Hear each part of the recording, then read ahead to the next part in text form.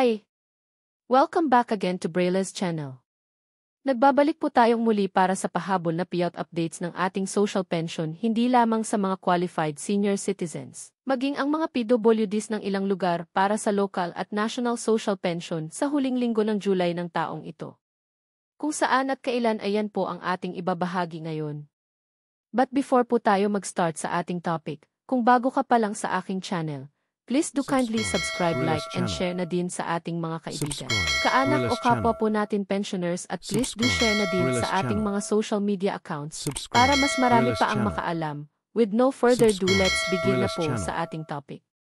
Payout is back. To all qualified seniors and PWDs.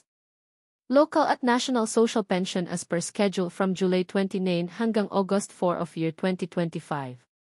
Saan kaya ang mga ito? Ang buong detalye alamin. Narito pong muli ang pahabol na payout schedule ng mga qualified seniors at PWDs para sa local at national social pension as per this date. Simulan po natin sa probinsya ng Norzagaray, Bulacan. Ang lahat ng beneficiaries ay makakatanggap ng social pension. Nakaschedule na po ang inyong payout this July 29 kabilang dito ang Barangay San Lorenzo at Barangay San Mateo. At sa hapon naman ang Barangay Bigte at Barangay Minuyan ang nakaschedule mag-payout na gaganapin sa bawat barangay covered court. On July 30, nakaschedule ng mag-payout ang Barangay Bitungol, NHB Bitungol at ang Barangay FBR. At sa hapon naman ang Barangay Tigbe, NHB Tigbe na gaganapin sa Tigbe Barangay Hall. On July 31 naman, nakaschedule ng mag-payout ang Barangay Baraka, Bangkal, at Barangay Pinatulayan, at sa hapon naman nakaschedule ng mag-payout ang Barangay Matiktik Proper, kabilang dito ang Gulod, Kanyakan, Padling, Dainamay, Malaganit, Sapang at Kawayan na gaganapin sa Matiktik Covered Court. At pagdating ng August 1, nakaschedule ng mag-payout ang Barangay Partida at Barangay Poblasyon sa hapon na gaganapin sa Antonia Covered Court. Ang next schedule ay sa probinsya ng Pulangi, Albay. Ang lahat ng beneficiaries ay makakatanggap ng para sa first at second quarter ng taon amounting to 6,000 pesos. Nakaschedule pong muli ang inyong payout this July 29. Kabilang dito ang Barangay La Purisima, Santa Teresita, Magpanambo, Salvacion, Sentro, Agos, Matacon, San Roque, Kotnogan, Mendez, Santicon, Apad, Lanigay, Sugkad at ang Barangay Basud na gaganapin sa Centro Mall, Pulangi. At sa July 31 naman, nakaschedule ng mag-payout ang Barangay Alnay, Ponso, Napo, Balinad, Kinale, Balangibang, Alomon, Ubaliw, Magurang at ang Barangay Gabon na gaganapin pa rin sa Centro Mall, Pulangi. Ang next schedule ay sa probinsya ng Bataraza, Palawan. Ito ay local social pension para sa mga qualified PWDs para sa first at second quarter ng taon. Nakaschedule na po ang inyong payout this July 29 na gaganapin sa BTC Coliseum na mag-start ng 8 to 3 ng hapon. Kabilang dito ang Barangay Inugbong, Bongbong, Malihud, Bulalakaw, Marangas, Tarusan at ang Barangay Kulandanum. On July 30 naman, nakaschedule ng mag-payout ang Barangay Buliluyan, Tabud, Tagulango, Puring, Malitob, Tagnato at ang Barangay Isapa na gaganapin sa Barangay Puring Gymnasium na mag-start ng 8 to 3 ng hapon.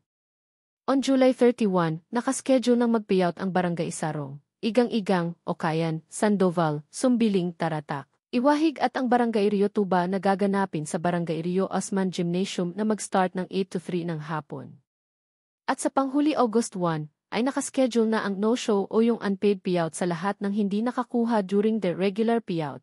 Gaganapin po ito sa MPDAO office na mag-start ng 8 to 5 ng hapon. Ang next schedule ay sa probinsya ng Bontoc 2 ay Bontoc Mountain Province. Nakaschedule na po ang inyong payout this July 29 na gaganapin sa inyong barangay hall na mag-start ng 1:30 hanggang 4:30 ng hapon.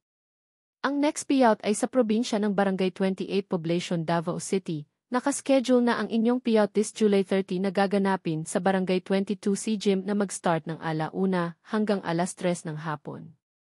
Ang sumunod ay sa probinsya ng Barangay 10A Poblacion, Davao City. Nakaschedule na po ang inyong payout this July 28 na gaganapin sa Villarosa Gym na mag-start ng 8 to 12 ng tanghali.